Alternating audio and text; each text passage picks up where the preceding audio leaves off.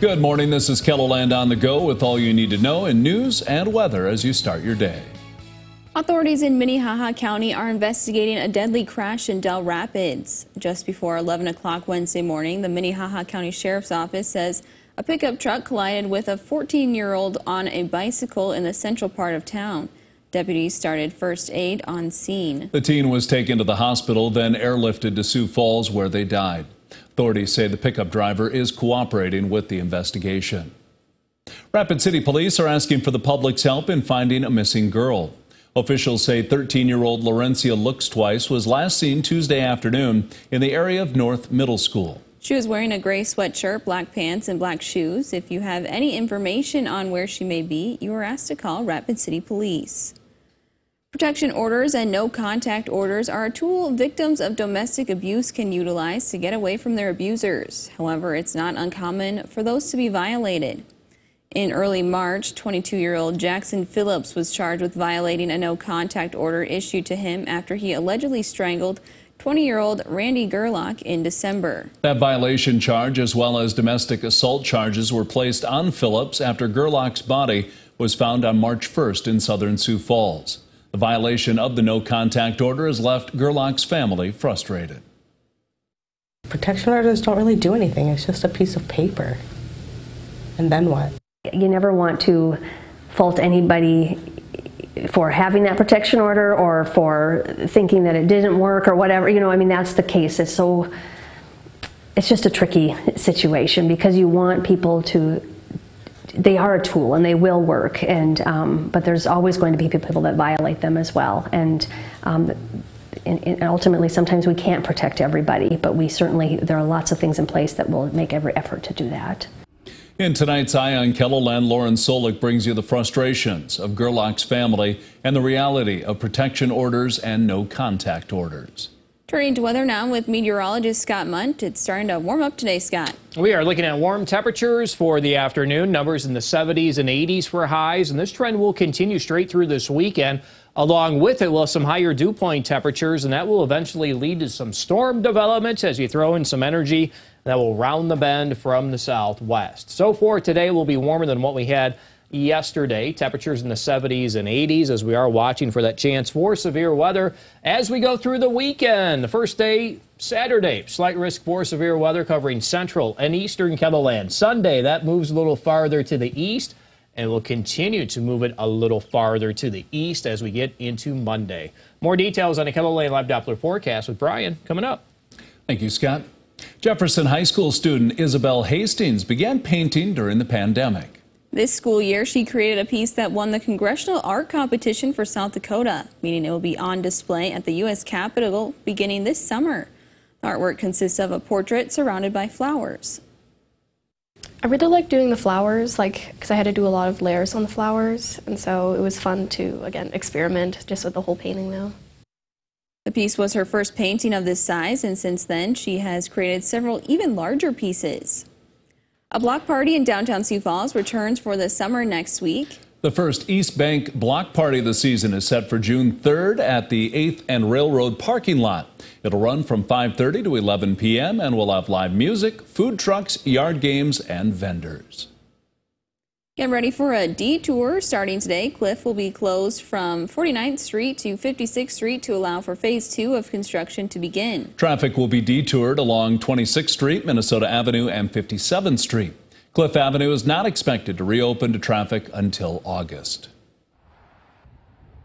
This comes as people are heading out for the long Memorial Day weekend. More than 100,000 South Dakotans are expected to travel at least 50 miles, according to AAA. More than 90,000 of those travelers are expected to be on the roads. Just over 8,000 will take to the skies for the three-day weekend.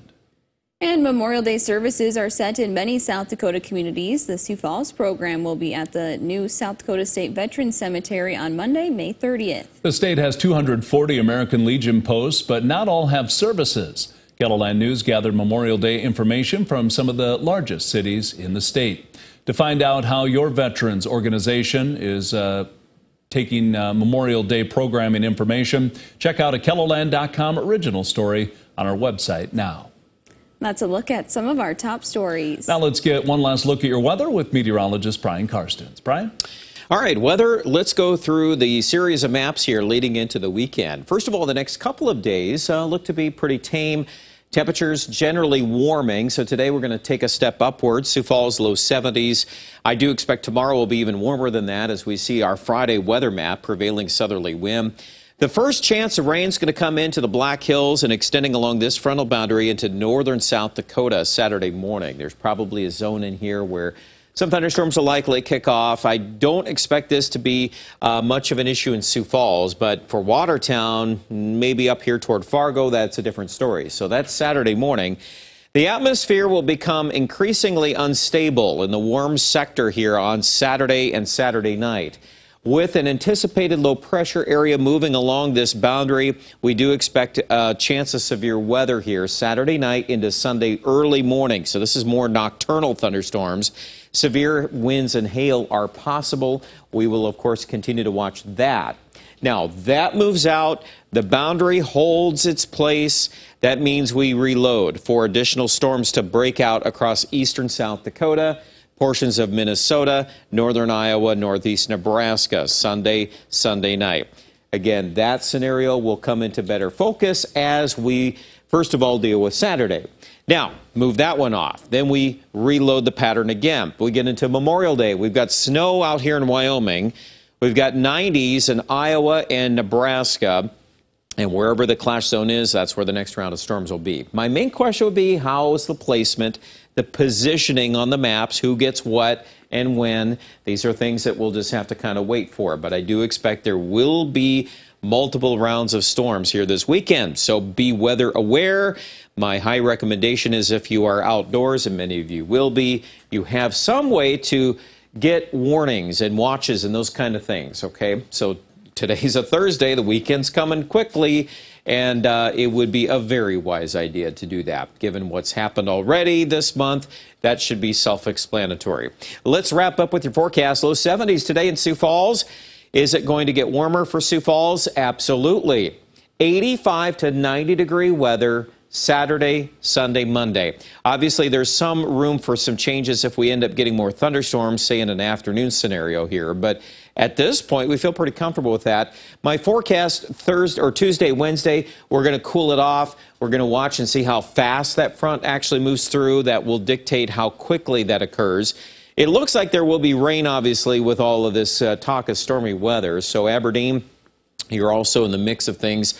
The severity of the thunderstorms, again, at this point, probably lending itself to being worse the farther east we go. So maybe for Pierre, we get some storms, severe weather threats, probably not as high. It does cool off, and I still think there's a chance Tuesday, Wednesday, if we're in the northern hills, we could see some snowflakes. There's that kind of cool weather coming in. Certainly into Wyoming, snow outlooks are definitely out for those regions of the northern Rockies. A lot to say there. Check out details, our Storm Center update right now at KELOLAND.com.